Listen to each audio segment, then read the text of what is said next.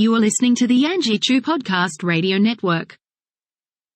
I'm not sponsored, but gray matter, blue light glasses are really stylish and nice, and I like them. So buy them. Gray matter, sponsor me. Hello, everyone, and welcome to the Banana Toast Podcast, where we are recapping the Circle US Season 1, Episode 3. And without further ado, I'm one half of this podcast, the Angie Chu. I'm the other half of this podcast, everyone's favorite father figure, weird uncle, black truck driving, pancake eating, hot dog loving, brunch having now, Papa D. What's good? How are your brunchy pancakes going for you? My brunchy pancakes are good. I like Cheesecake Factory brunch pancakes. They are very pleasant. Always good. They also have this special syrup with butter infused in it already. Haven't really had a bad experience. Wish they had breakfast sausage instead of bacon, but you know what? The bacon is not bad. No, nor are the eggs.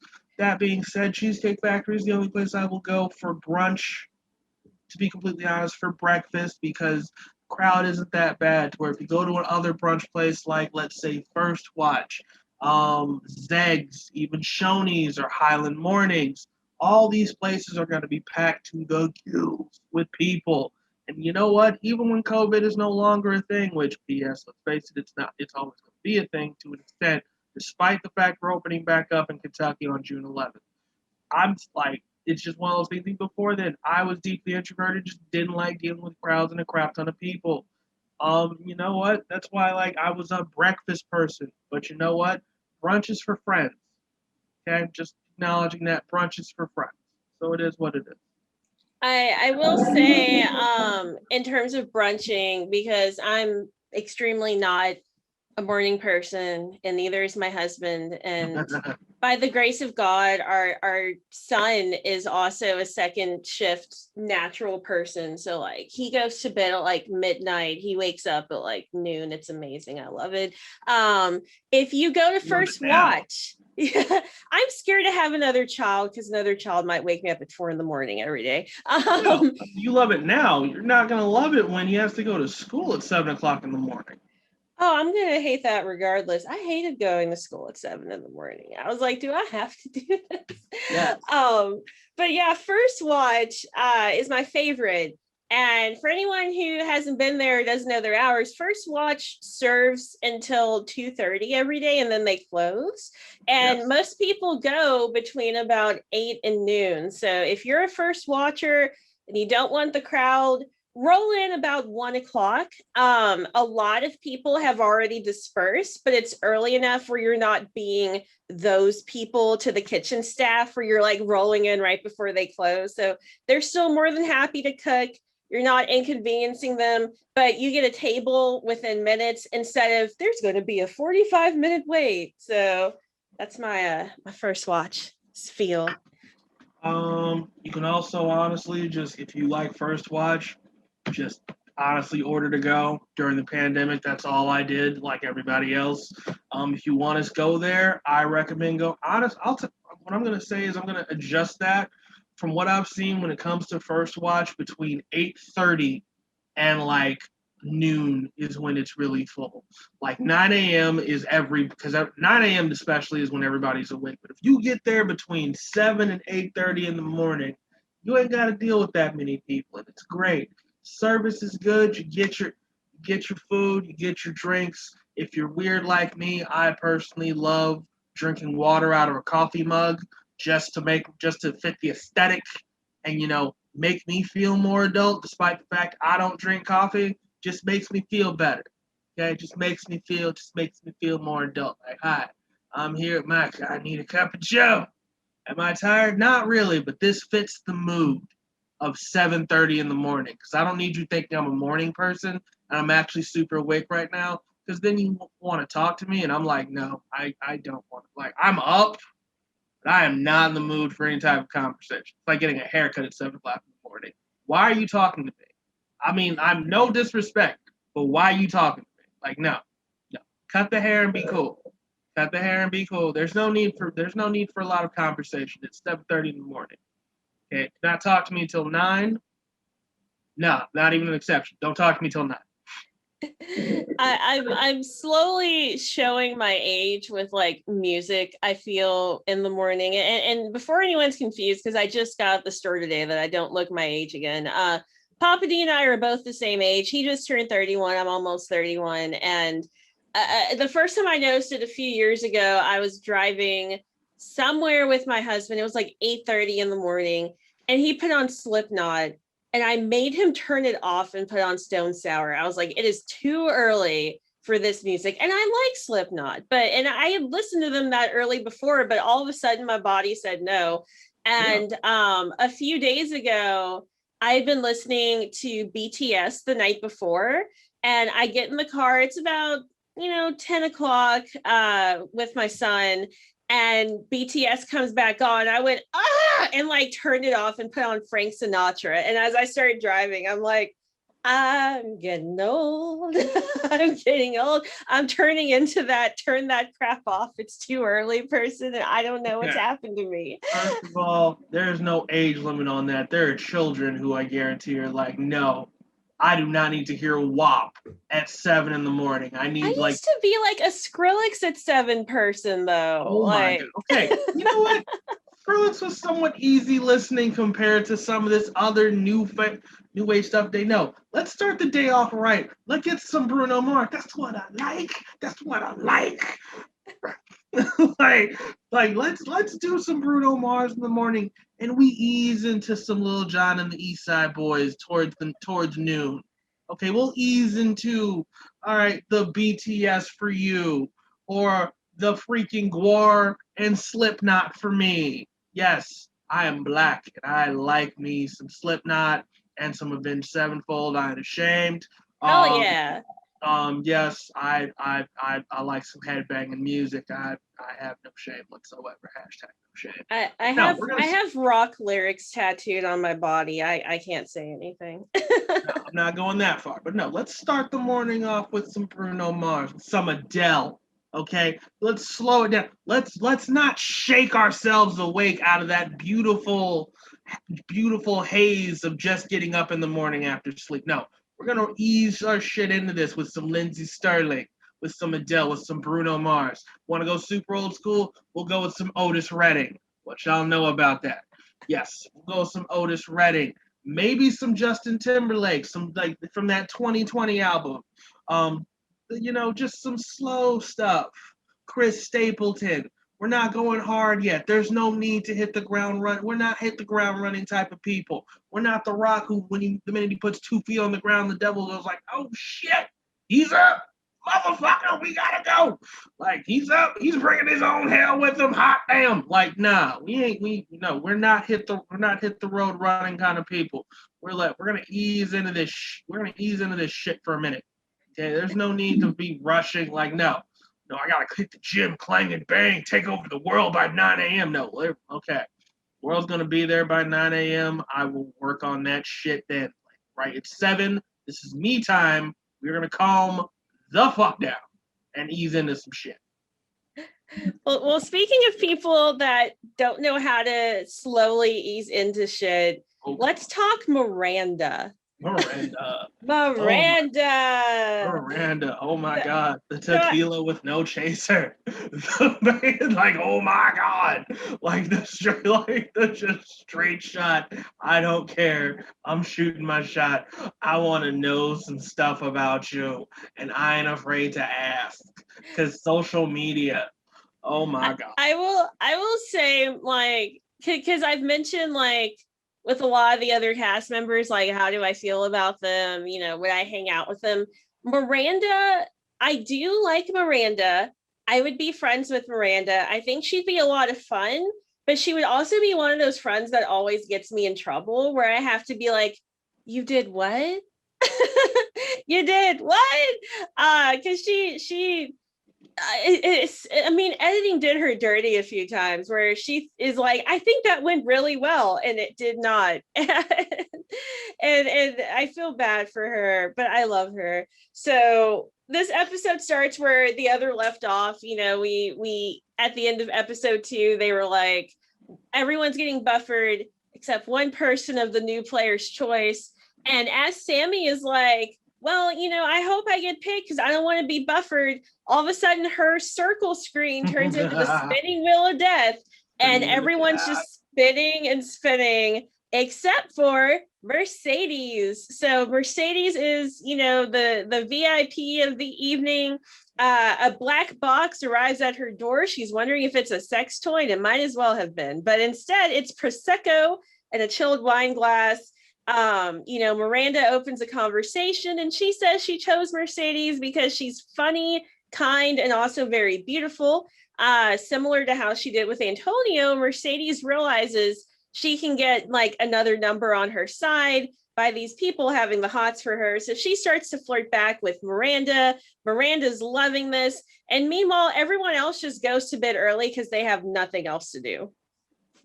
Pretty much. Spinning wheel of death, almost as bad as the Puerto Rican Arch of Doom. Just literally nothing. And you can't do nothing except read a book. And so you're just like, nope, we're done. Because I'm kind of drunk, and for some I'm full off pizza. So you know what? We're gonna go all the way to sleep. Miranda then speaks to Karen / Mercedes. They flirt a lot. Basically that's all this was. It's like Miranda's just not even hiding it. I want to talk to you because you're beautiful, and I'm like, oh my god, please hit on me like that. Jesus. Just throw it out there. Don't tell me what you want. Like, yes, everyone else is just freaking out about the new player because like, oh my god, we gotta get this done. But at the same time, it's like, can't do nothing tonight. Spinning wheel of death. We can't even talk to each other about this new player. We're done. Let's go to bed. And they just go at it and they flirt hard. And like Miranda's leading it, but Mercedes / Karen's giving it straight back. And it's one of those things where it's like, wow. Okay, so if I'm like, she's not getting eliminated this week because, oh yeah, spoiler alert, she's safe this week because she's new. So she can't get eliminated, but at the same time, it's like, kind of wish she was, just so that way she could be like, I'm gonna visit somebody's house, and it's gonna be like who we visited, and we're gonna figure it out. And Miranda's type of chick, she'll bang whoever she visits and then stay the night. Like, you gotta go. I'm not leaving. Like, you have to drag me out of here. She will bang like half the cast, and she's just unapologetic about it. Like, male or female, there are several people she has the hots for. Little does she know, some of them are catfishes, but she has the hots for people. And we actually cover that this episode, in which case the title of this episode, in my opinion, because the thing that stuck out to me is what we're going to cover later. Basically, the mallet doesn't like the screwdriver. That's real, because just honestly, it's what happened when two tools go to war. Like, that's all that stuck out to me on this episode besides Miranda. I'm like, and you'll find out later what I mean. Oh yeah, and I still like both of the tools. But I'm enjoying watching them go to war because they are just opposite coins. Like they're the same person almost. But the next morning, you know, everyone gets up. They see that there's a new person named Miranda, and they're like, oh, yes, a girl. And they also notice that the influencer checks are gone from Sammie and Antonio. So Sammie and Antonio are a little worried. Everyone else is like, yes, I'm going to be the next influencer. Very true. Everyone quickly notices, you know, Miranda's gorgeous, and they all pick up on the fact that, you know, her main picture, she doesn't have any makeup on, and which is extremely rare, not only for social media, but especially for reality TV. And, you know, Sammie even comments, you know, I have maybe 3 pictures of myself without makeup on, you know, just as a young woman, like there's Instagram filters that put makeup on your face. Like days where I just don't feel like getting put together, I have like 7 filters to choose from that will put some form of makeup on my face and smooth my skin so that it looks like you can tell it's a filter, but it's not bare face. So for Miranda, who is drop dead gorgeous, to put herself on national 4K television barefaced, like it just shows what kind of confidence this girl has. And it's wonderful to see. I am not that person, but it is wonderful to see that she is. It is a power move. It wasn't intended to be a power move, but it's a power move. It's like, haha, this is what my face looks like naked. To see the rest of what I look like naked, you'll have to get to know me. But yes, wow. That's literally, it was a power move, and when everyone is quaking in fear. Joey's in love. Shuby's just straight up like, gotta protect my boy Joey from her feminine wiles. And he's not wrong. Joey will throw all this away. Like, can I get your number? Can I get your number? Like, hey, yo, can I get your number? You know, hey. I know it's a horrible Italian expression. I'm sorry for any Italian listeners. Yes, it's horrible. Blame Jersey Shore. But like, for real, everyone thinks she's drop dead gorgeous, which she is. She's very attractive, and like nobody. And as we know as the audience, she is bisexual. So it's like, oh God, she's been with both. She knows how to pleasure both sides. Oh my God, let's go.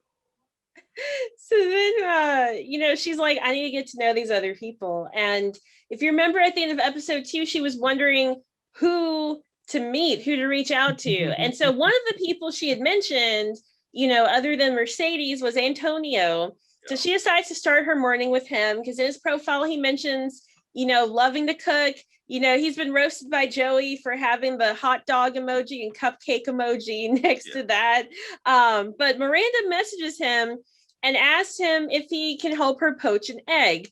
And Antonio doesn't know how to poach an egg. And I'm not being snarky because I don't know how to poach an egg. Papa D, without Googling, do you know how to poach an egg? I do not. No, I straight up do not. I have looked at TikTok. At this point, I know how to hard boil an egg, and that's only because of my grandmother. May she rest in peace with Betty Boop. Like only because of my grandmother, and I know how to scramble an egg. And I can't say I really know how to scramble an egg because it's like I don't crack eggs open and like put them in a skillet. No, I actually go out and buy the egg cartons that basically have the liquid egg in it, and I just pour it into a skillet. Which also honestly just saves me time with eggshells. Because I'm not gonna lie, I know they're not fatal, but at the same time, I get something crunchy in my eggs, I'm losing it. Nope, we're not doing that.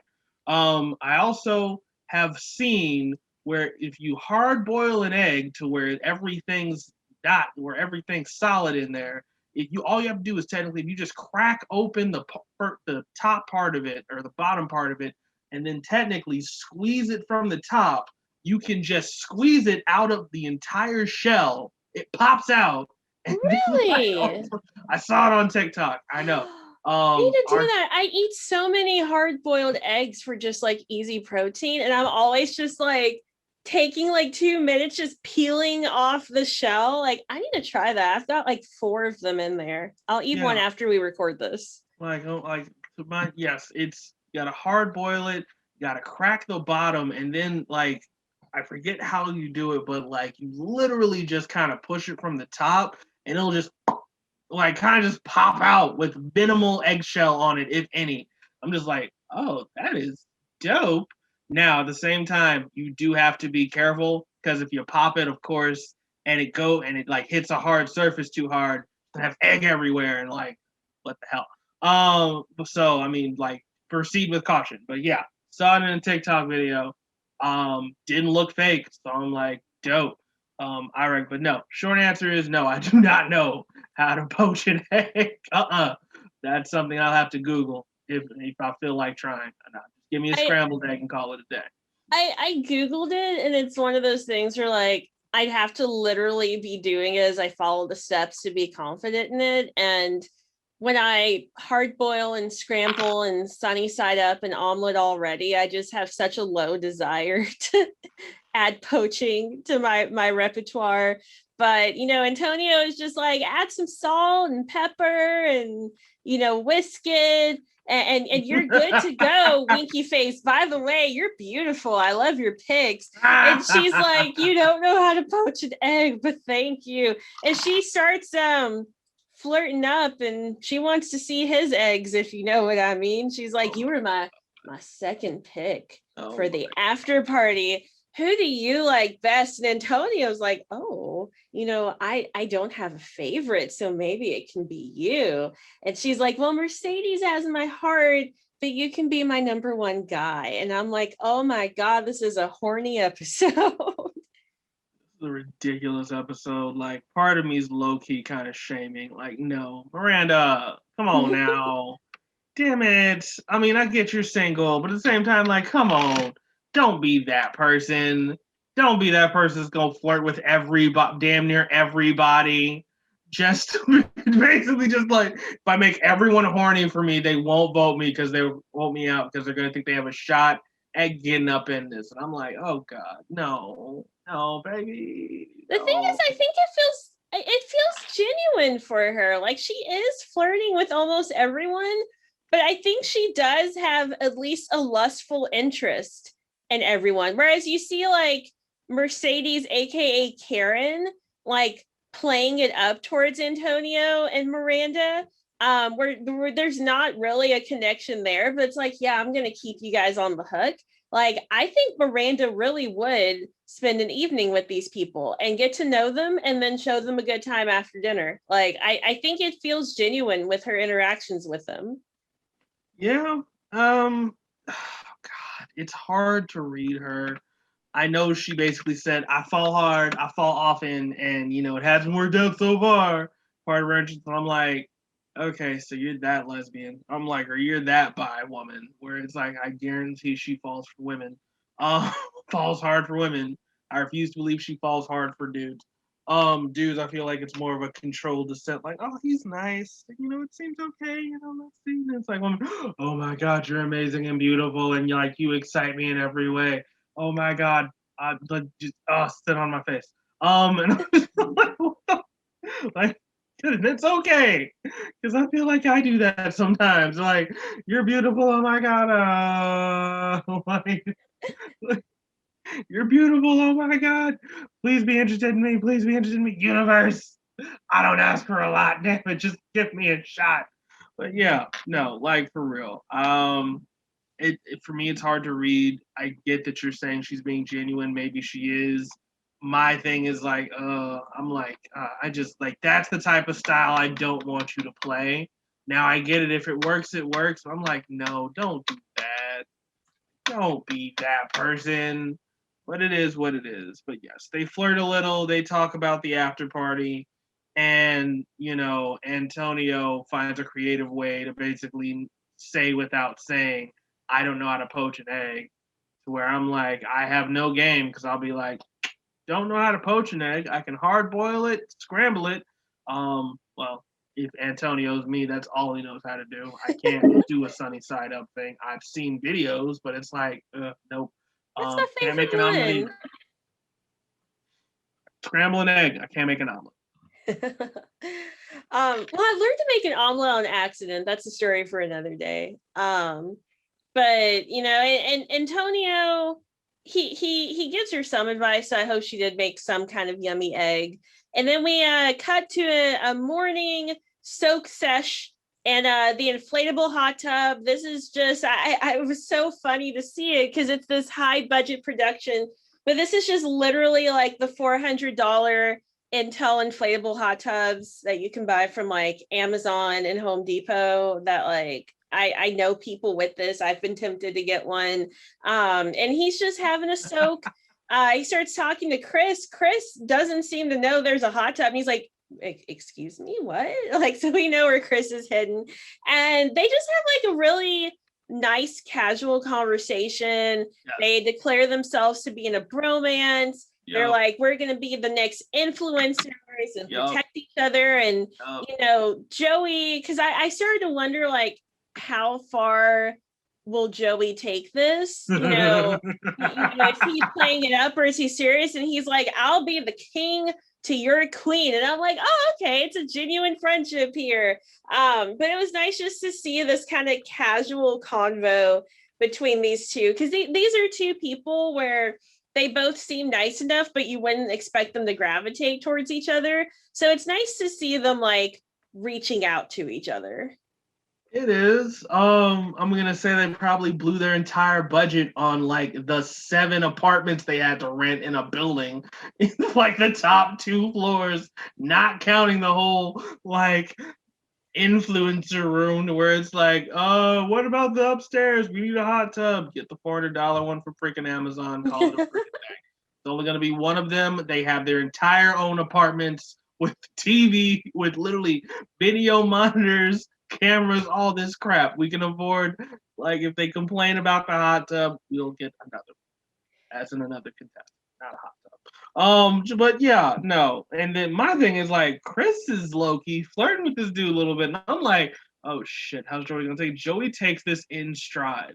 Like, I respect Joey a lot because he's obviously very secure in his masculinity to be able to flirt with this man back a little bit, but also be like, bro, we're gonna be dope. Because Chris is talking about like, bro, I got drunk and got butt ass naked and ran through the woods, and I'm like, okay, we're just being open. All right, dope. Joey is taking this in stride. And I'm like, bromance and a little bit of flirting. I'm like, Joey, hey, bro. I mean, no judgment. It's 2020, dog. Like, but you a little bit down with down with the dog. It's okay if you are, dog. It's okay. No judgment. I mean, like, bruh. I mean, sexuality does not matter when you have a facial routine like that. But I'm like, what type of facials do you like? It's okay if you like all kinds, bro. Semen's great for the skin, I've been told. But It I'm is. just saying, And the teeth. It's a teeth whitener. didn't know that. But at the same, so I'm like, bro, you trying to get a special facial and teeth whitening? But yeah, no, they at least form a bromance and they're good. So I'm like, all right, See, go y'all.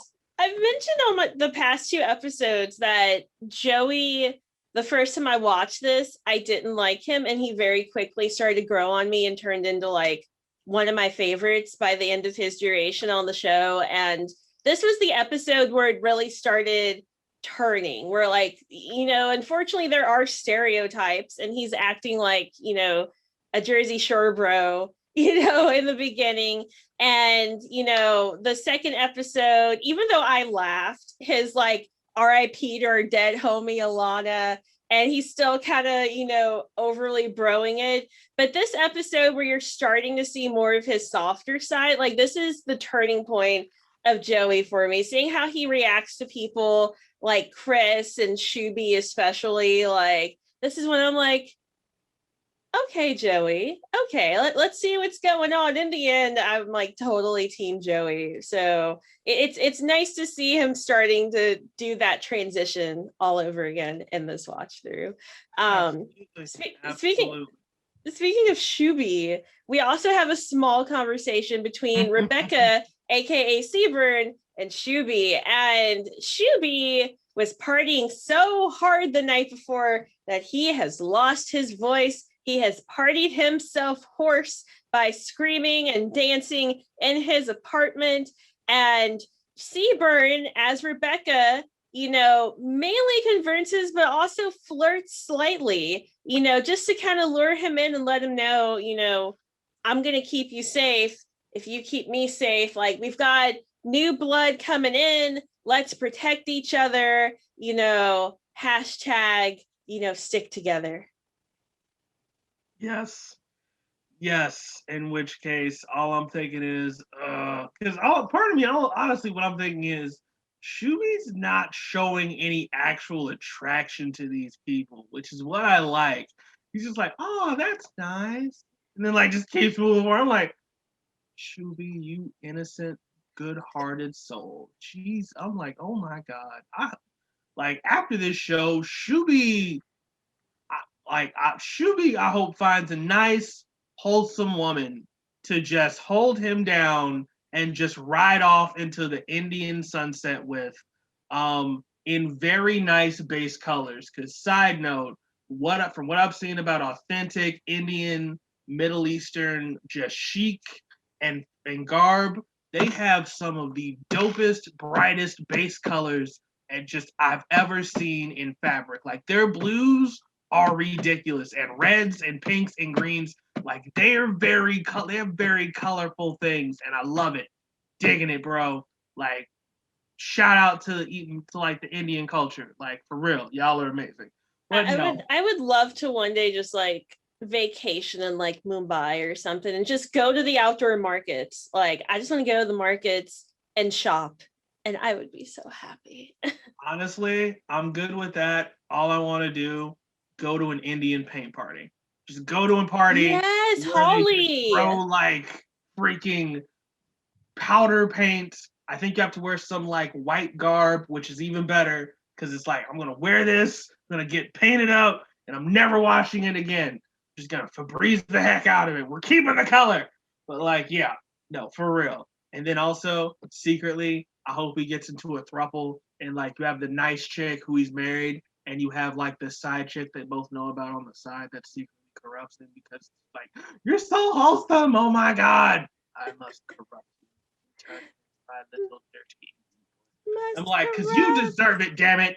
You deserve some just weird, kinky, bad woman who's just like, I have a heart of gold and I love him and he's not going anywhere. And he's also really easy to satisfy and freak out, which I'm super happy about.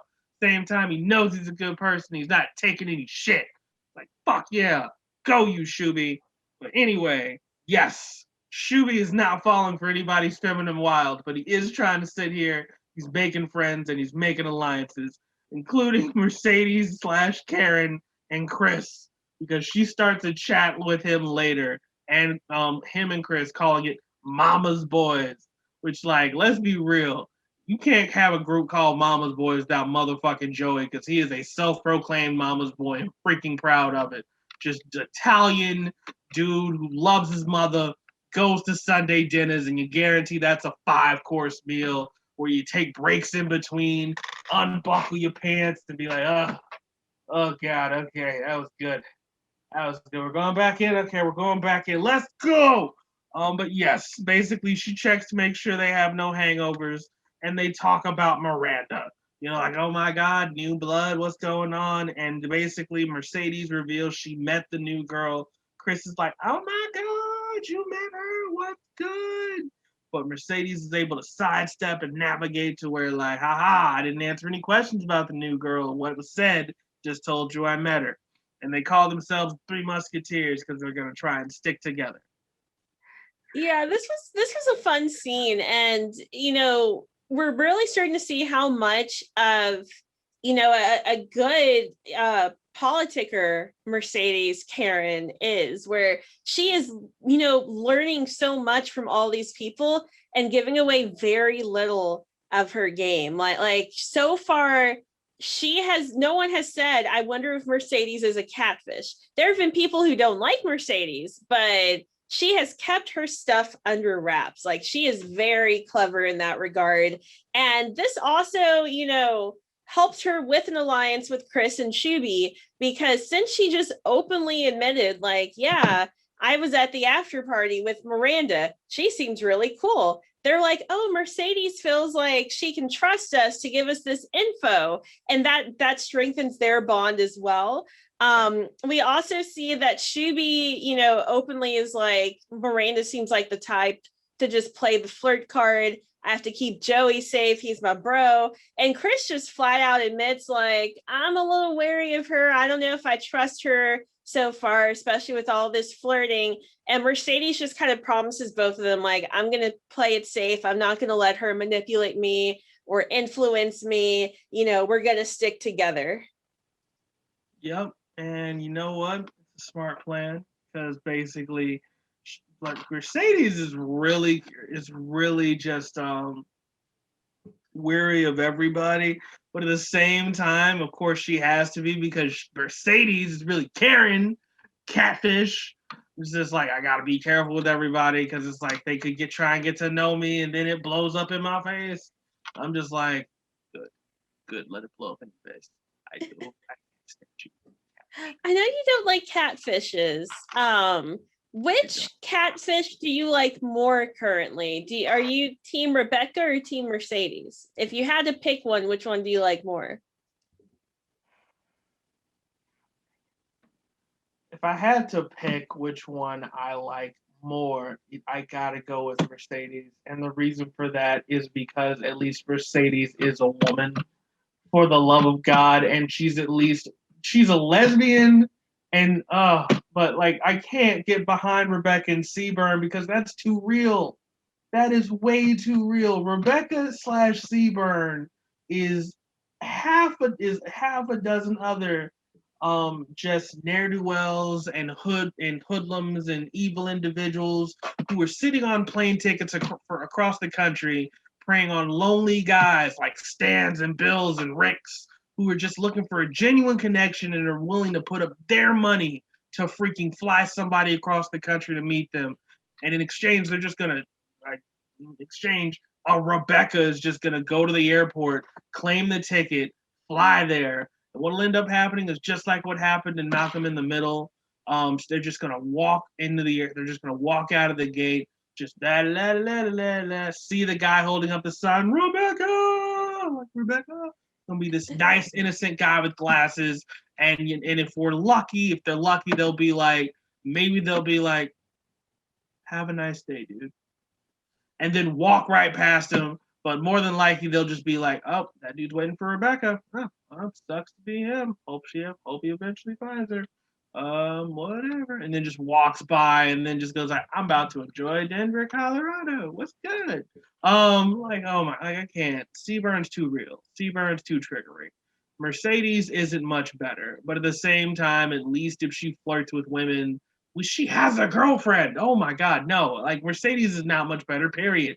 Like she's The really advantage not. I'll give Mercedes Karen is the fact that she is playing more of a bisexual game for the sake of the show, and she is doing some flirty manipulation to progress herself, but overall she's essentially playing herself. Remember, she started and she was like, inside I'm a softie, but people see my hard exterior and that's what they expect. So a lot of people never get to know me. And Mercedes is actually her middle name. So in a way, she is herself.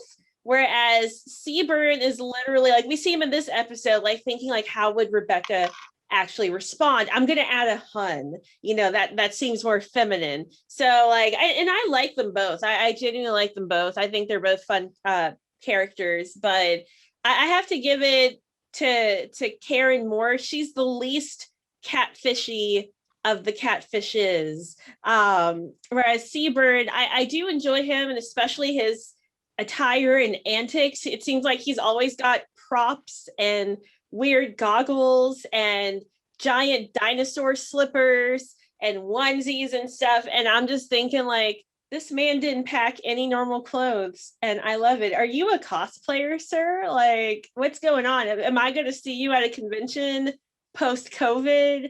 But to me, like, Severn is completely acting complete catfish life.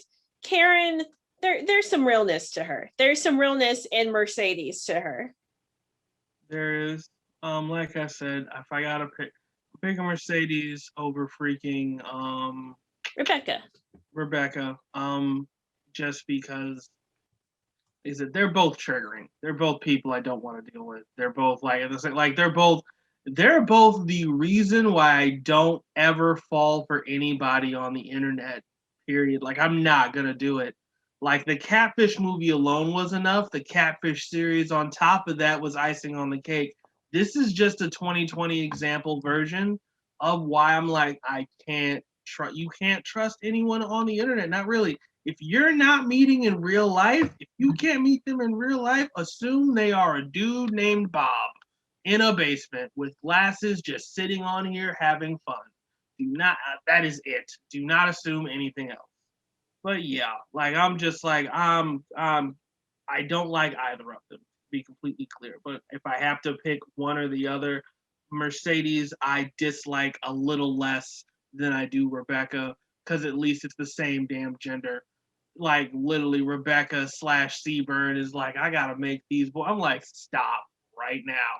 You're hunting stuff. Like you, how dare you approach Shuby trying to lure him in under your pretend bosom of safety when you don't even have a bosom. You have a man chest, skinny man. I'm sorry. This is true. Jesus Christ. Like, oh my God. Well, for more of a flirtation than a trigger, we go back to Miranda and her antics. She starts a chat with Rebecca and Sammie to introduce herself to them, and they both quickly realize Mercedes isn't in this chat. I wonder if she talked to Mercedes last night. And Sammie just outright is like, who'd you talk to at the after party? And Miranda says Mercedes, because her looks are intriguing. And she quickly adds that Sammie and Rebecca are also gorgeous. She heavily flirts with them, and then she asks if they are into women. Seaburn as Rebecca, thanks her for the compliment, and then is like, I am bi-curious. You can tell it just like happened to enter his thought right then. And I just love the way he says it. Like he's having so much fun with this. And, Sammie, of course, is bi. And so she's a little turned off because Miranda says she's mostly into guys, but she enjoys a pretty girl.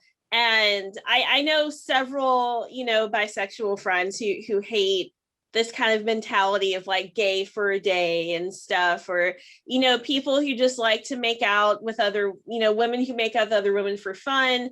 And so the person who's actually bi or pan gets feelings and the other person doesn't have any feelings. It was just a fun night. So Sammie's getting turned off of Miranda. And this is the first time we really see Miranda get done dirty in this episode, because she's like, that was a great conversation. And Sammie's just like, So Miranda, honey, you're starting to say a little too much. Like, you're at a 13. We need you to dial it back to a 10 at this point. Rebecca's intrigued, but you're turning off Sammie. For real. And to which case I understand that completely. You never want somebody who, you never want somebody who's not in it with the emotions. They're just maybe in it for one night of fun. You call them gay for a day. I've heard them called LERDs, which is short for lesbian until release date. This is mostly for female inmates. And then you have GUGs, gay until graduation. Basically, with those women who want to spend their sophomore year onward being lesbians, just like running around sleeping with women. I'm like, forget these men. We're just gonna sleep with women until graduation. Then like, gotta find my MR, get my MRSs, get my MRS degree, basically. So it's just one of those things where it's like, I don't blame her for that. I can understand that nobody likes somebody that they feel like, at least in the past, not even them, just in the past, has played that. I mean, you're really nice, but I'm not really into you like that.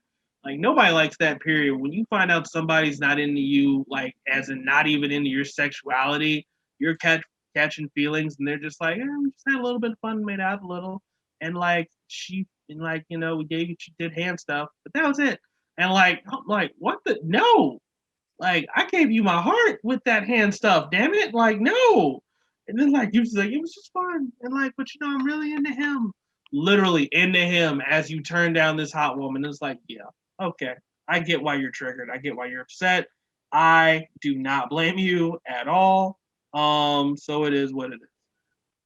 Yep. Yeah, it's I feel like a part of it's society where, despite, there's still being all of these, bills and stuff that need to be passed to give LGBT people equal rights, which, yay, we're in Pride Month, so this is the perfect conversation. Like, I feel like it's always been more socially acceptable for women, especially, you know, very effeminate looking women, to just do gay stuff. No one really cares. Like two girls making out. Like if it's butch people, there's usually some opposition I've seen even on like reality TV and stuff, but just two pretty ladies randomly making out, no one cares. They can go all the way and still like it's not really a question. Whereas a guy can just sit too close to another man. It's like, are you gay? Like, what's going on? So I definitely feel like Sammie, especially being a party girl, has been in that position where she's probably met someone at a bar, you know, gotten a good connection going, some things happen, and the next day the other woman is like, oh, it was just in good fun, whereas she's like, no, I wanted to take you on another date, but what the fuck? Like, so poor Sammie, you can tell this has hit her before. And like I said, a lot of, you know, bi and pan friends that I have, you know, they've had the same experience, so I totally get it. Doesn't help that, unfortunately, I guess the dark secret in the LGBTQ plus community is that apparently just bisexuals are the most hated sexuality in that community. They are. This is something that it baffles me, because Really I didn't realize it until like after college, because like I mean, it shows that like hate is taught, because I grew up and I would hear some people say like gay was bad, but no one knew what it meant because we were like second grade. And I was like, okay, like, but in the Flintstones, they have a gay old time. So are Flintstones. Like, I just didn't get it. And then I learned what it meant. And I'm like, I don't see why that's a bad thing. And then I got to high school and I had some friends, you know, say they were bi, and they were just like, yeah, like I like men and women. And I was like, oh, okay. And like, I literally thought nothing of it until social media just became even bigger, like right as we were graduating. And bi people can't win, because if you say you're bi and you're in a relationship with someone of the opposite sex, then like you're faking it. And if you're bi and you're with someone of the same sex, then it's like, you're really just gay, right? And it's like, I don't understand why this is a hard concept for people. Like bi in Latin means two. So like, I don't get why people minimalize it, but it seems the bi people, that they're just always being like shat on, and I feel so bad for my bi friends because they don't deserve that. It's like if someone says they're bi, they're bi. It doesn't matter who they're dating. Like even if they're dating another bi person, it's like just let them be bi. For real. It's just one of those things. First of all, human sexuality it's a moving target. Let's get that straight. Like you can be attracted to somebody of any sex, and it really doesn't mean anything for the most part until you kind of do something about it. And even then, if you do, that's fine. But yeah, to kind of back up what you said, when a bi person dates somebody of the same sex, all like I guess the thing that I've heard frustrates them, or what they've been frustrates them is just, or frustrates the gay community is like, oh, so you're really gay, but you're just struggling with your sexual identity, and so that's why you'll run back to the opposite sex every once in a while, just because you secretly loathe or hate yourself, or in all this other crap. And I'm just like, or they like both, and they're just truly not worried about like the attraction, and it's the person that they're attracted to, not like what's in between their legs. To where it's just like I'm like, just let them be, damn it. Let Like them live. is it weird that it's like I can like I'm like it's just I don't know why the hell they're, because apparently one of my ex-girlfriends was bi, and this is how I found that out. Like just I'm like, wait, what? Oh yeah, we're hated by the gay community. We're hated by LGBTQ plus, despite we're the B in it. Like the alphabet mafia does not own us. Like they will not. Like I'm like, what the frick? Like yeah, and I'm just like, damn, that really sucks. So no, I don't blame Sammie for being upset. But then next in the show, we get an alert, alert! Everyone's freaking out. Ah! And it's the rating vote, in which case the players vote and rate each other.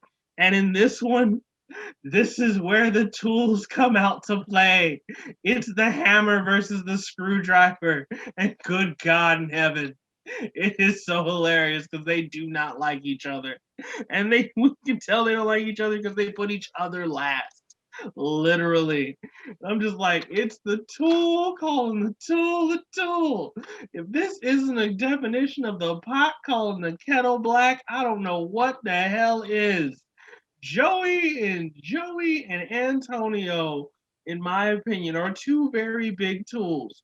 Doesn't mean that's not a horrible thing. Okay, you can't hate on a hammer as long as he's not treating little guys as nails. You know, it's one of those things like it'd be different. Like if Joey rolled up on Shuby, like, what's up, pussy? You can't even lift, bro. I'm like, okay, calm the fuck down, you tool bag. Jesus Christ. But no, like instead, if he rolled up, what's up, Shuby? Hey man, what's good, dog? And then like they just chilled and hey, like it's like the chill tool is okay. You know, it just means like, hey, you know it's good, dude. He'll have you back. He's kind of like your big brother. He's gonna protect you. Same time, you help him with his math homework, help him with his finances and stuff. You take care of each other. It's a symbiotic relationship. It's like I just see both. They're both just tools. They're just on the opposite sides of the damn shed, and they are just have no love for each other. But everyone struggles with these ratings because everyone's just like, oh my god, who do I put first? Who do I put second? Shuby's name comes up as in the top 3 multiple times, except for Sammie, who has no choice but to put him at 6 because they just haven't talked to each other that much. Yeah, like I've got the ones they showed, written down, and like you said, it was funny with Joey versus Antonio because almost every time there's ratings, people kind of pause, like, what order do I want? And both of these guys immediately throw each other last place, like no second thought, just like bam, there we go. And like Joey calls Antonio the Darth Vader to Luke Skywalker. Like now that the challenge is casting people from the circle, I need Joey and Antonio to be cast and there to be like a rivals 4 and them to be pairs. Like I need this to happen because that would be hilarious to watch. They'd be that team where like if they put their differences aside and work together, they'd be amazing. But they'd also most likely implode by just not wanting to work with each other. And then let's see, who else do we have? Antonio. I feel like he got that wrong. He's the Darth Vader to my Luke Skywalker. No, he's the Darth Maul to your Count Dooku. And true Star Wars fans who watch the cartoons know what the fuck that means. Because at the end of that show, they were at each other's throats and they were literally ready to go to war with each other. They tried to kill each other multiple times. Make no mistake, that is what these two are at. They're both on the dark side. But at the same time, they're like, yeah. Like, it's like, they're going to be only one. And it's like, oh shit. Is it screwdriver versus the hammer? We're seeing who's more useful. Just so we're clear, the screwdriver is Antonio. But just, oh my God.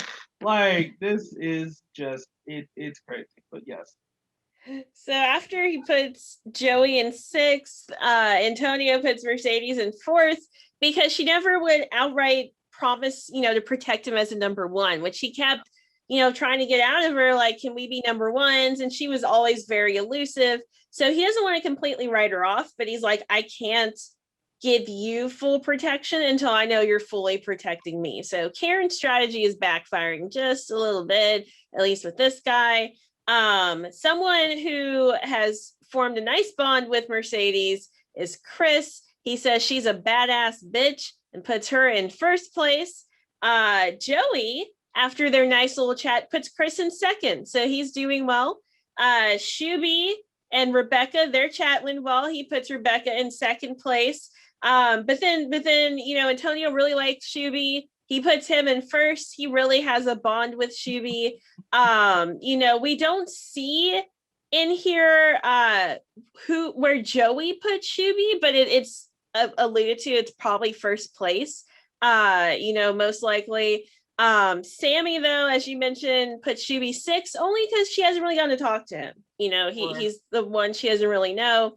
And then Mercedes still doesn't know if she can trust Sammie, throws her in 5th. So those are the ratings that Netflix chooses to show us.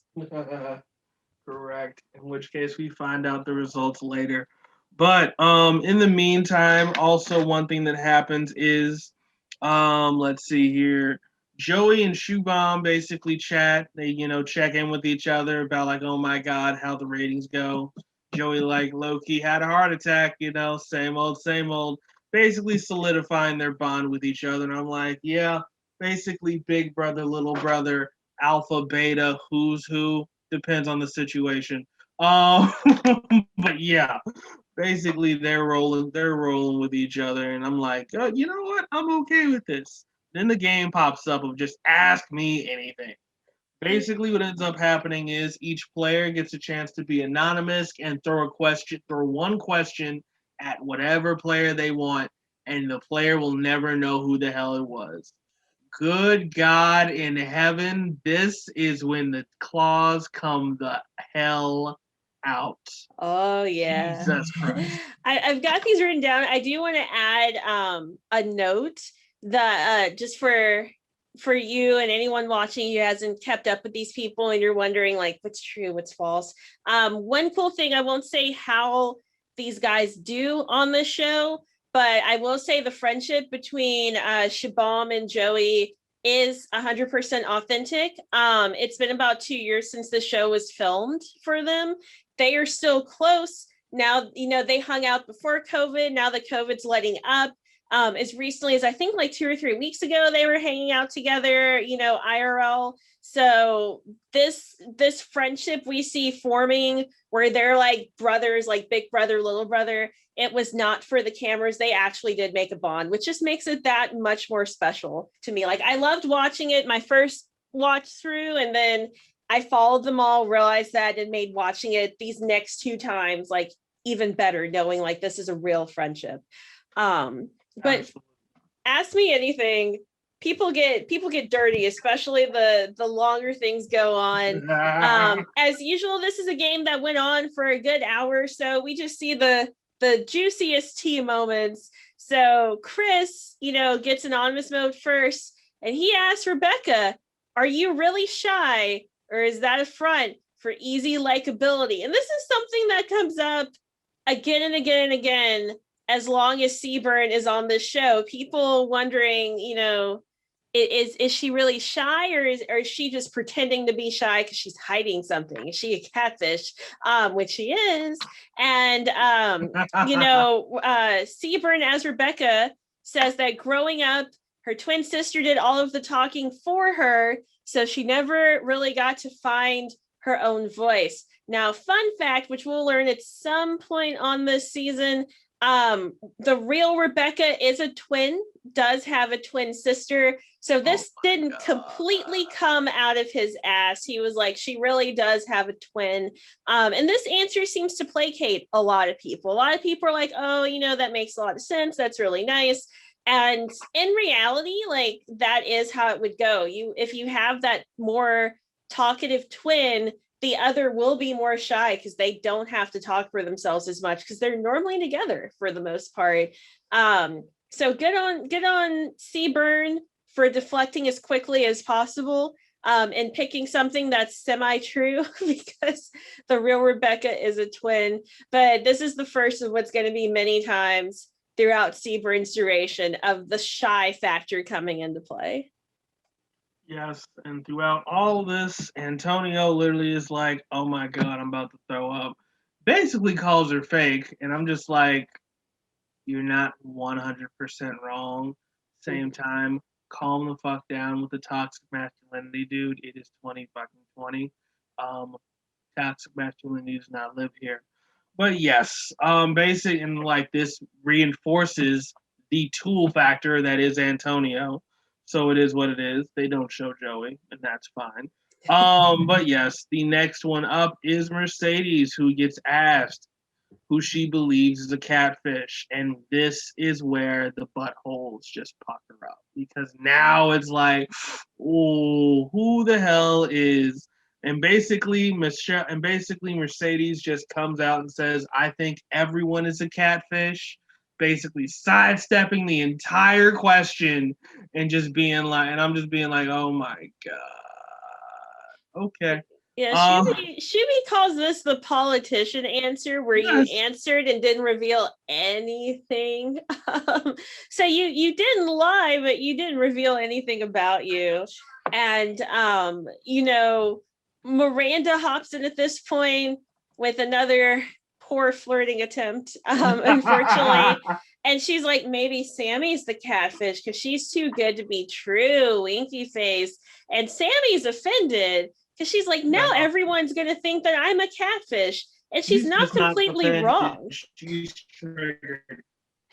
Yeah, she's like, I've been Completely myself. triggered. Like, what the heck? No. Yes. She's completely triggered and just like, I've been 100% authentic and real. And it like Miranda just, here's the problem. And this is the problem that everybody with social media has run into. You don't know how to read a room when it comes to a chat room. You don't know the intent behind each message. There's so many different ways a message can be read to where it sounds like she's calling Sammie instead of it being an innocent flirting attempt. It sounds like she's accusing Sammie of being a catfish. And it's like, nope, yeah, you can't add a JK at the end of that or something, basically just something. You'd say no. So yeah, Sammie gets triggered and I don't blame her. And it's just one of those things where it's like, well, you're just reinforcing. She's just reinforcing the fact, well, me and Miranda are not gonna be friends next week at all. I'm just like, it is what it is. So then we get Antonio. Of course, he wants to go straight to Joey. And he just says, word around the circle is that you're the catfish. Is this true? And everyone's like, oh my God. And Joey's just like, look, I've been 100% truthful about who I am, where I come from, and the values that I hold near and dear to my heart. And this makes Antonio and Mercedes cringe. They're like, oh my God, cut the shit with this family values. But everyone else really likes it. And Shuby like swoops in and just defends Joey. Like, don't say that about him. He's exactly who he says he is. Exactly. I believe him. And then this also triggers Sammie because she's like, no one defended me, but they're defending Joey. Shuby defended Joey. Shuby stepped up.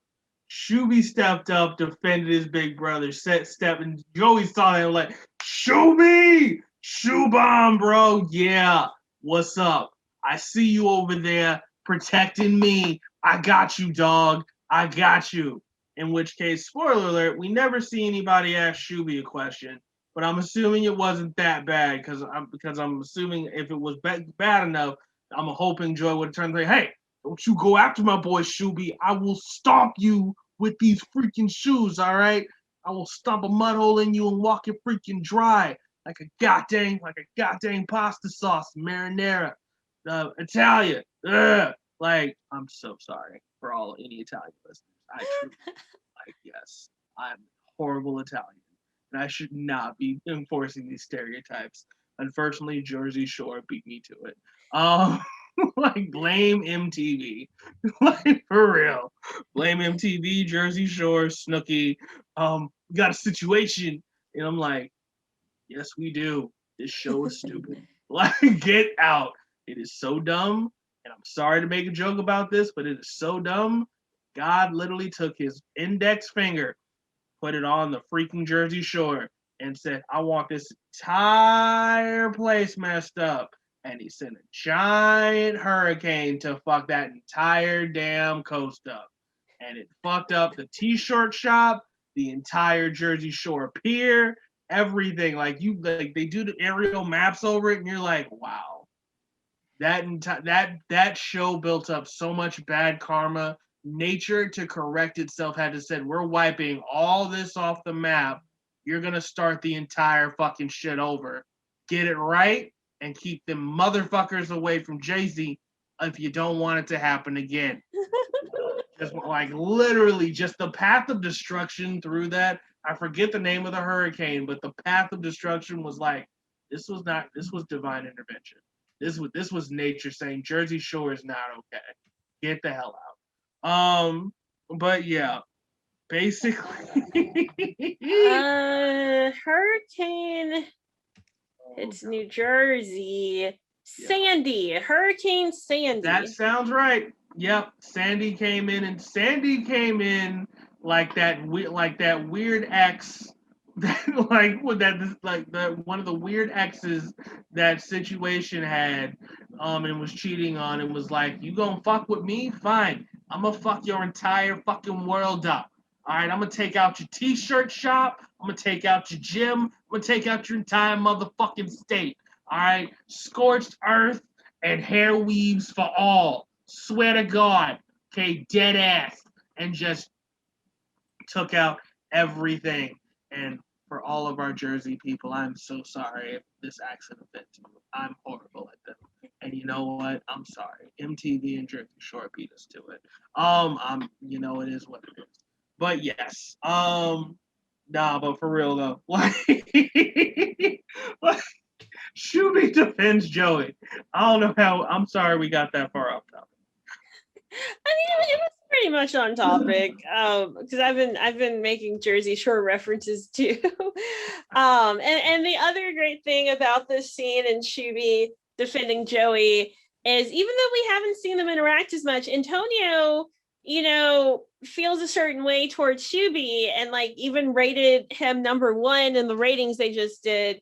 And so he sees Shuby defending Joey and he's like, no, Shuby, no, stop defending him. He's my rival. And I'm like, you guys are in anime right now. Like, this is perfect.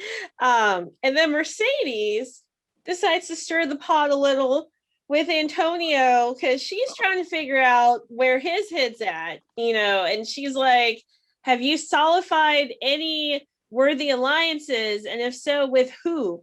And so Antonio decides to also do a politician answer. And he says the only alliance he has is with God. And everyone, should have their alliances, but they should keep them to themselves. Hashtag I ain't no snitch. So Joey, who already doesn't like Antonio, is annoyed that almost everyone's tiptoeing around their questions and giving these politician answers because he wants the truth.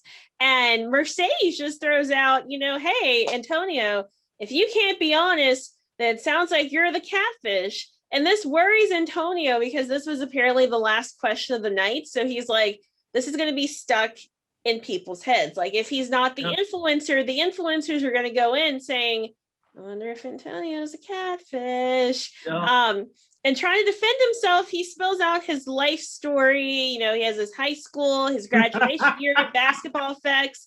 And he thinks, this will help because he knows these details, but it actually makes things worse because if you are going to be a catfish, these are details you're going to memorize to create a life story. Like for me as a writer, stuff that never goes on the page of any of my books, I know of my characters, like, when they were 11, they fell off their bike and had to get stitches. And that might never be in a book, but it's there as a detail if I need it. And so like everyone's just like, Antonio, are you a catfish?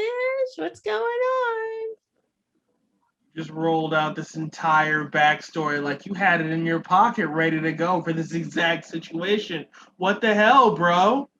I came a little bit too quick. You shouldn't have it. Like, yes, I can't blame them because they're not wrong.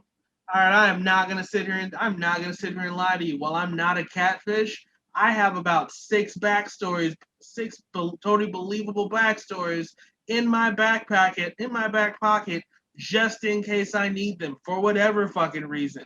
Maybe I just decide for one night going to a party, I don't want to be Papa D. I want to be Diego Raul de la Vega. I was born in San Palo Alto, and you know what? My father was a cattle farmer until he decided to come over to the country. Okay, we snuck over. I was born here, thank the Lord, so I'm an American. And you know what? I had a green card marriage to a vet for a woman named Tiffany over in Cali. And you know what? It was enough to keep me in the country. P.S. ICE does not really check that much stuff. They just confirm that you're married. And also, it's true. Money makes everything go away. Okay? Yes, I have backstories stored up for days and fake names. Why? I don't know. Frankly, just bored. because my job does not require that much brain power, for being completely honest. So I have a lot of free time to just think about other random things, including WWE releases and what the hell happened. It's like so many things. Vince McMahon Yes. is a whole podcast Another for time. another day. It's Another like, time.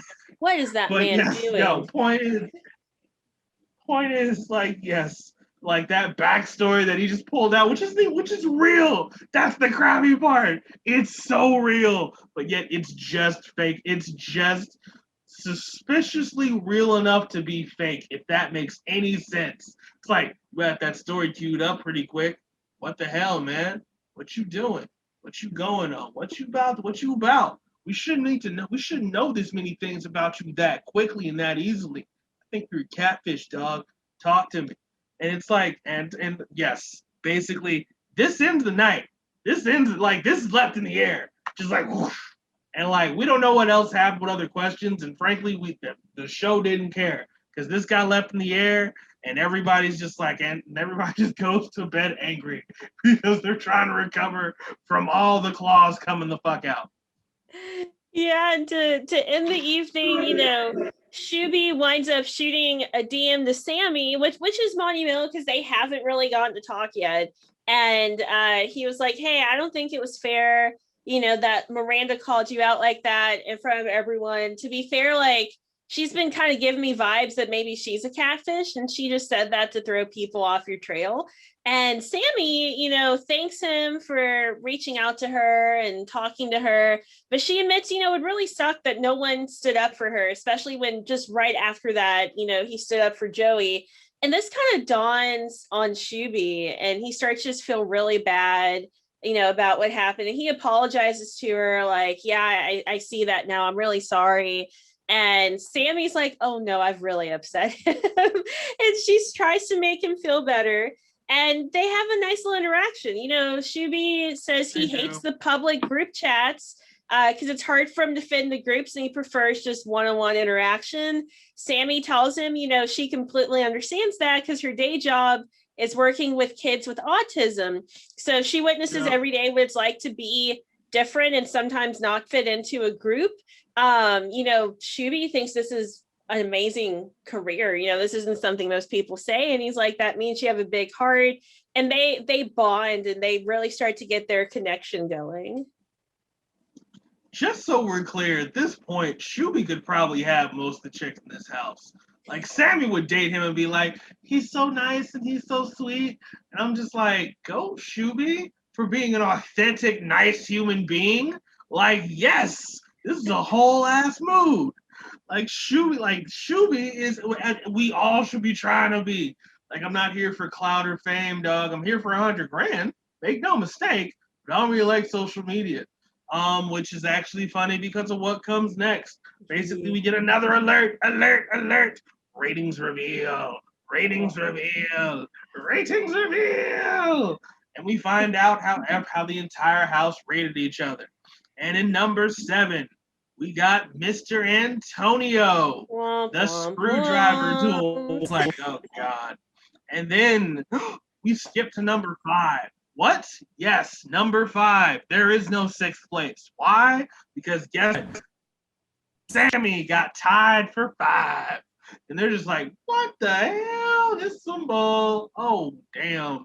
It is what it is. And coming in at number 4, we have Mercedes/Karen. In which case, this leaves us with the top 3. Keep in mind the top 2 will be the social media influencers and deciding who's getting blocked, aka going home.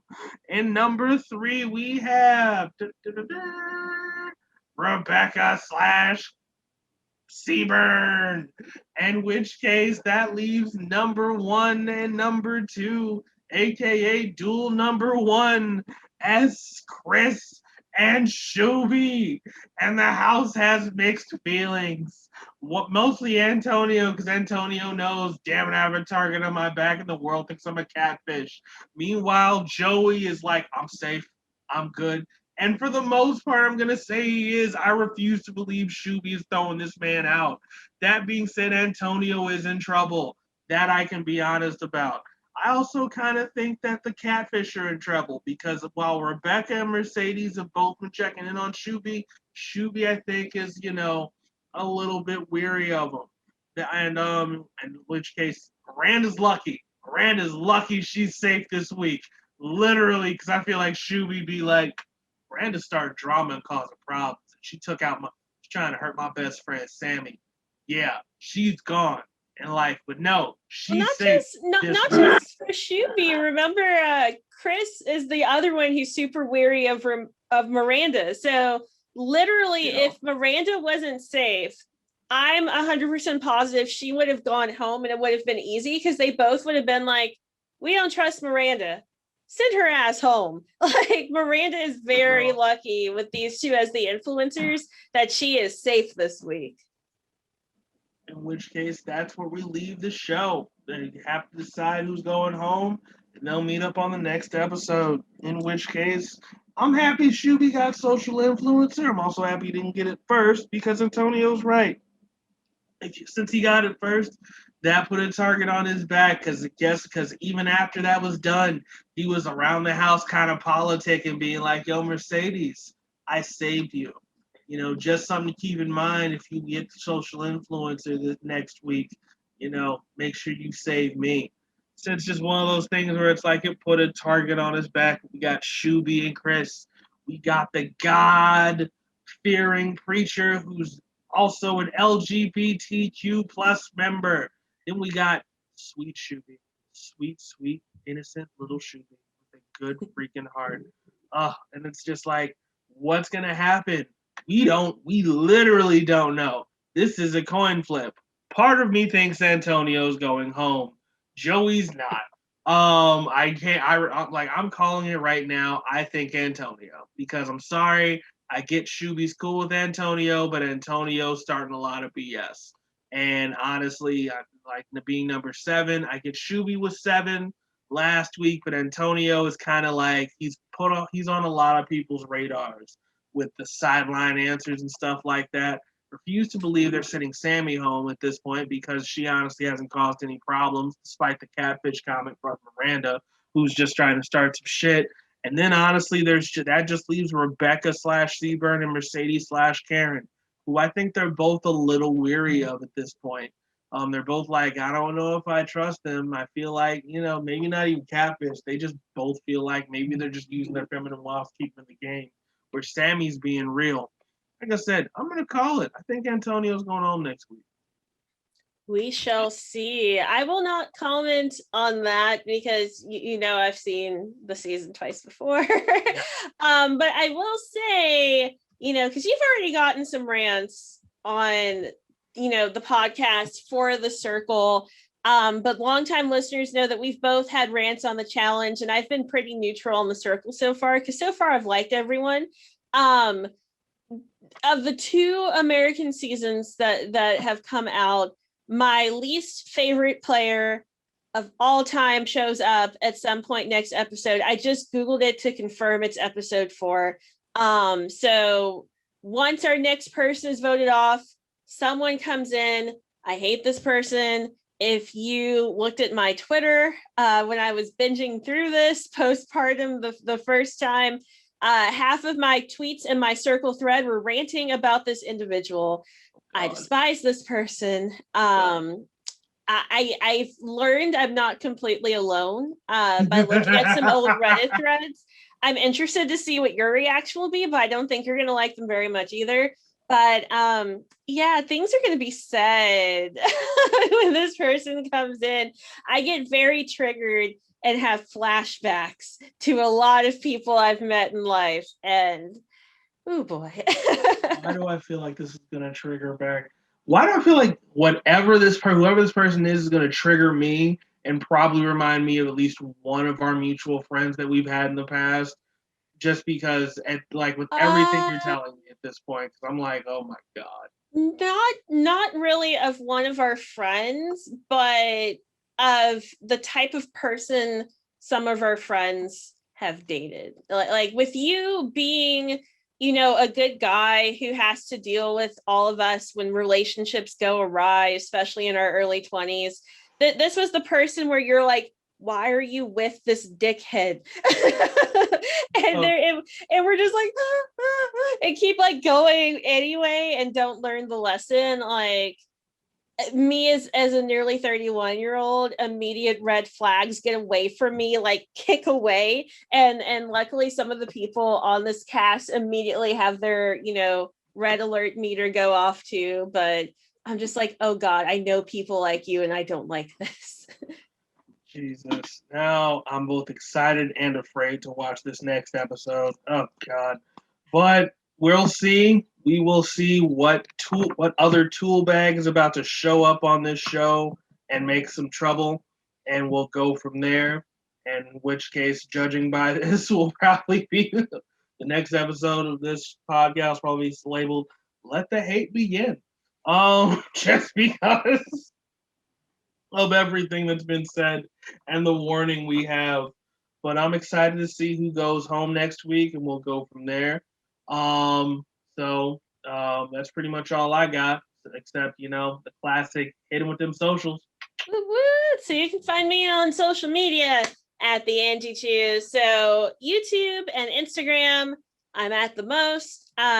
Twitter, for some reason I've fallen off the Twitter wagon recently, and I'm trying to get back on it. I don't know why. Like, just occasionally, like once a year, I go through these phases where I'm just tired of Twitter, and it's probably because all the trending topics have been politics lately, and I'm just so burned out on politics. But I'm generally on Twitter. I at least schedule a few tweets a week, even if I'm not personally active. And then TikTok. TikTok is fun. I'm probably going to have to find this hard-boiled egg video that we mentioned at the start of this podcast, and I'm probably going to duet it and attempt it for the first time as a duet. So if this backfires horribly, you'll see my genuine reaction on TikTok. And I mentioned last week as well, after 13 years, YouTube let me change my handle on YouTube to the Angie Chew. So there's no more having to look up my channel by my full name. Everything is the Angie Chew for me now, and I am so happy. Dope. I dig it. I'm happy for you. You can find me on the Snapchat at PapaD618. You can find me on the Twitter at PapaD618. You can find me on the Instagram at PapaD618. You can find me on the Facebook, but do not find me on the Facebook because I won't trust you. Also, realistically, don't spend a lot of time on Facebook at this point, purely because, unless a friend needs help. For example, latest Facebook post, which at this point does just sound weird, but is completely 100% authentic. Guess what? A Jamaican nun who's stuck in America needs help getting her hair done, who has a woolly traditional fro.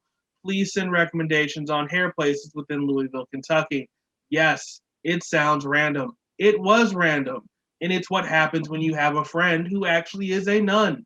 In which case it's weird. But yes, anyway, that's about the only reason I go on Facebook. That or either just to check up on friends, because my Facebook video feeds have just been filled with nothing but racism stuff. I'm just like, oh my God, I know I'm a black man in America. Can we just not right now? I don't need to get hit with this 7 in the morning. I don't need to be hit with triggered videos about racism and anti-maskers. Good God.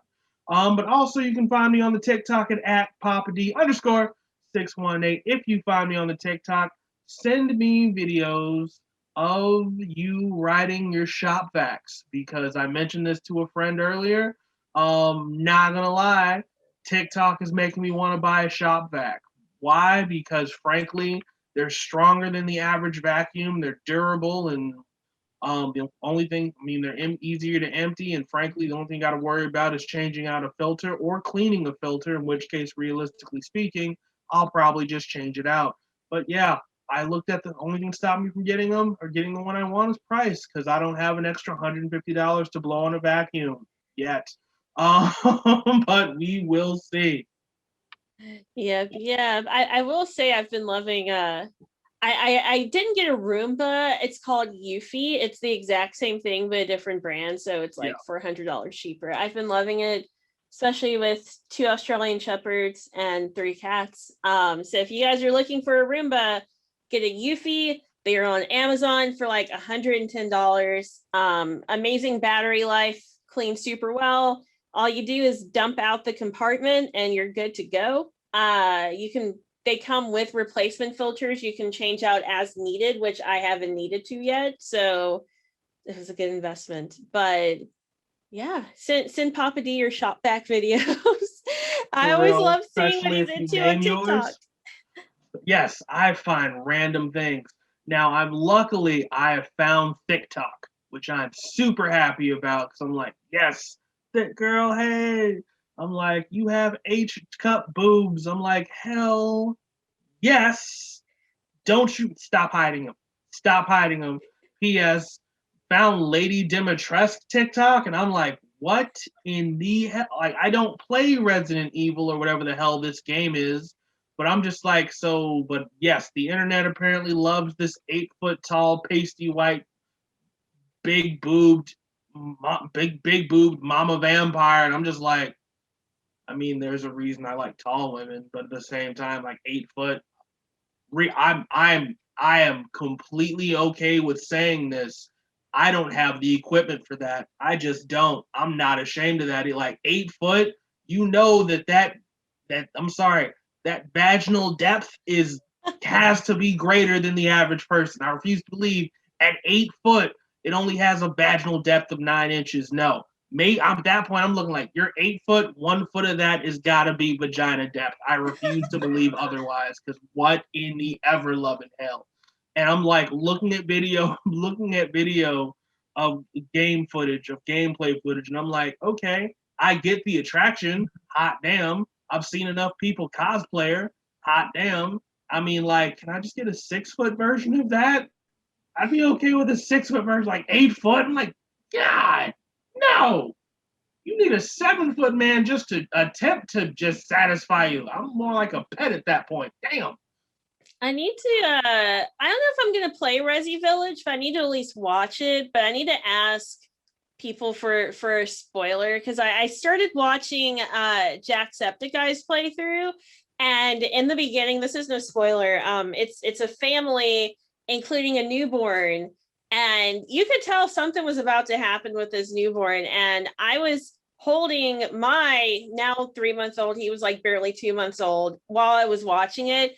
And I was like, if y'all are about to kill a baby or something, I can't do this. So I turned it off and I was like, I'll go back to it later when someone can either assure me that the baby survives and isn't horribly maimed or something, or if something does happen to the baby, maybe a couple months down the line when my child doesn't look so much like this child. But I need to understand why people love the big boobed vampire lady. Like, I feel like I'm missing out, and I've heard this is a very short game, so I'll probably just play it myself. But if not, I think I can probably get like a 2 hour playthrough of it or something and watch it. I'm never gonna play it just because it does not look like my kind of game. That being said, I've spent enough time on TikTok to just go like, so the world is in love, literally, with this big boobed 8 foot tall vampire chick, vampire mom, because she has 3 daughters. Spoiler alert, you're going to spend the game killing the 3 daughters at some point, which is just going to piss her off even more. And she is going to run around this entire compound, mansion, house, chasing you down, trying to get revenge on killing you, despite the fact your blood is needed for some type of sacred ritual ceremony. And she doesn't care because at this point you put your filthy man hands all over her daughters and then killed them. In which case now you got to deal with her. And at that point it's like, like they're plenty. Believe me, every kinky S&M person is like, oh my god, step on me, mommy. Like for real, like I'm not even kidding you. I think this like the Lady Dimitrescu, without even trying, it started a bunch of TikTok trends, up to and including you have fit girls who will put their phone down and then just step on it, like stomp on it, then like smack their butts, and then flick off the camera, all while listening to some type of AC/DC song. I forget what it was, possibly Back in Black. I don't even know. But like, I'm just like, what? Like, and at the same time, I'm like, I like tall chicks. Let's get something straight. Love me a 6 footer. Dream of dating a 6 footer. If I find me a 6 foot redhead with tattoos all over her body, built like a North Shield maiden. Oh my God. I'm like, oh my God, I love you. If I'll make you a deal, carry me and I'll go anywhere. I don't need, like, there won't even be a question. Carry me and I'll let you step on me. I don't care. Like, let's go.